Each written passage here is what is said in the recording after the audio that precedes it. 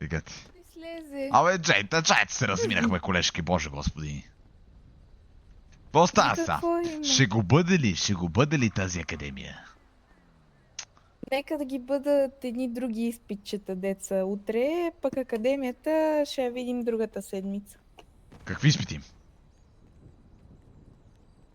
Свързани с правоспособността да управлявам МПС в границите на една държава определена. Това е страхотно. Даже май и за други места, ама... Много се радвам за тебе, колежки. Браво, браво, браво. Ти на колко дни си иначе? Колко години се чувствам или на колко съм активна? И двете. Активно съм на 20 и няколко, ще излъжа, а пък се чувствам на 18 години. Още не съм преживяла младостта.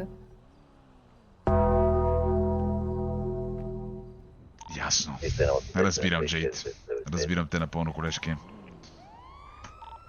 Ами...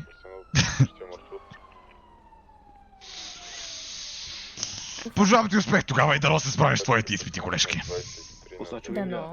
Дано, дай Боже. Чат, кажете честно, какво мислите? Ще вземе ли академията или не? Да или не? Тези цветя. Това не са ли те Да, менушки, Бери, бе? много ти благодаря за цветята. Приемам. Моля. Имам много добри новини за Човек, не съм гадняр, Добър просто ден. трябваше да й задам въпроса. Тя сама отиде към тази тема. Не съм аз виновен.